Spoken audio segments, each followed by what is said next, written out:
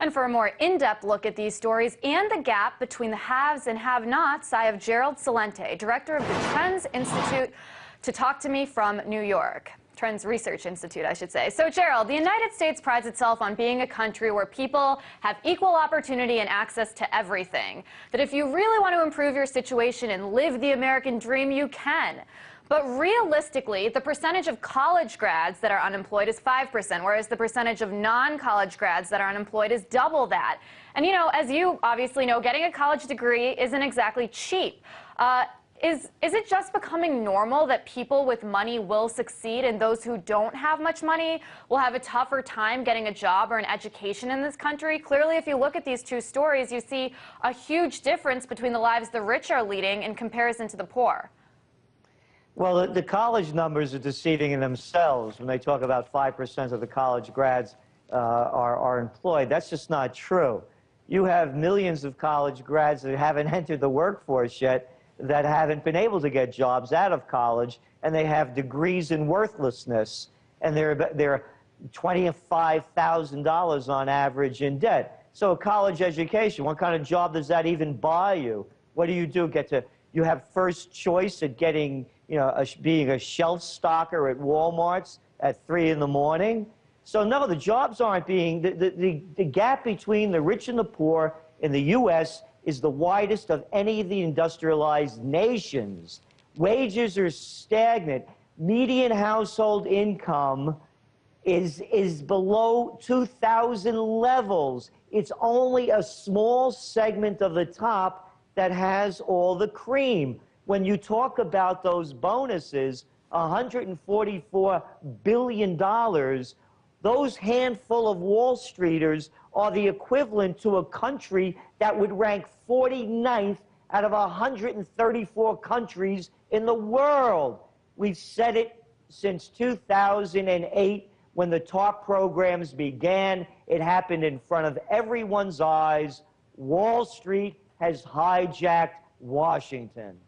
Yeah, that's a little scary when you put it like that, I have to admit. But speaking of jobs, we heard how the optimistic projections that analysts had made that the unemployment rate would decrease actually didn't turn out to be true.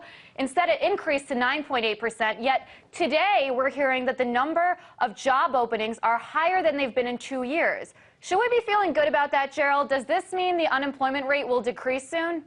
Look where the jobs are being created. Home health care aides. In the hospitality sector at the higher end, in service sector jobs that pay pittance. These aren't living wages. Yes, there are jobs opened on the plantation, but look at the plantation owners' income.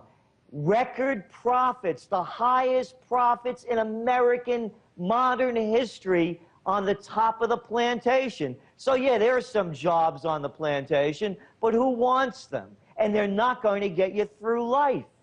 And Gerald, I want to go back to Anastasia's story about Camden for a second. We're seeing these struggling towns trying to deal with their financial situations on a small scale. And, despite the violence and chaos in Camden, the city council actually recently voted to lay off hundreds of police officers and firefighters.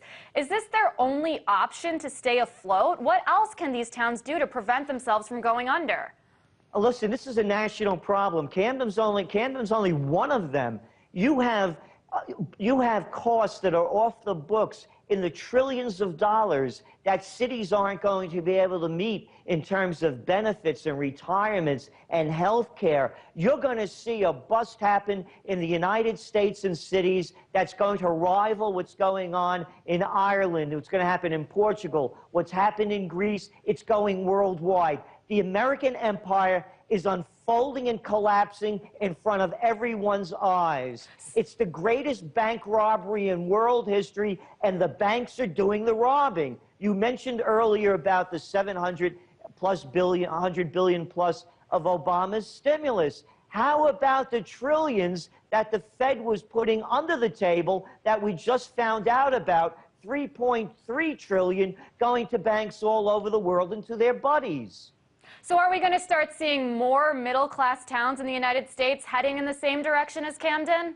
Oh, yeah, this is just the beginning. There's no way out. The only way out is to bring jobs back in. And the thing that you can never talk about, cut the military budget, bring the troops home, cut the bases, shut down the bases, end the wars, and stop spending trillions overseas that you could be rebuilding this country. But the politicians are in the pocket of the military-industrial complex and Wall Street. Wall Street has hijacked Washington. Only a child can't see the proof, or the ignorant, or the people that are getting paid off. All you have to do is look at the facts and add up the numbers. And really quickly, I want to go back to those Wall Street bankers and their bonuses. You know, their bonuses and their salaries are set to increase by 4% this year. How is that possible, especially after all the talk about crackdown on Wall Street? How can these banks still be giving out bonuses after all of that? And on top of that, the research shows that revenue from these banks are actually decreasing, yet their pay is increasing. How does that work? Again, we just saw from the Dodd-Frank bill, there was that one clause in there that's forcing the Fed to fess up to what they've been doing with our money. And they've been funneling it by the trillions to their banker buddies. I mean, who was the Treasury Secretary under George Bush? Henry Paulson. Where was he from? Goldman Sachs. Right. Who was the guy before, two guys before him under Clinton? Robert Rubin. Where was he from? Goldman Sachs. You definitely see a revolving door between Washington and Wall Street. That's for sure, Gerald. Well, Gerald Celente, director of the Trends Research Institute, we appreciate your analysis as always.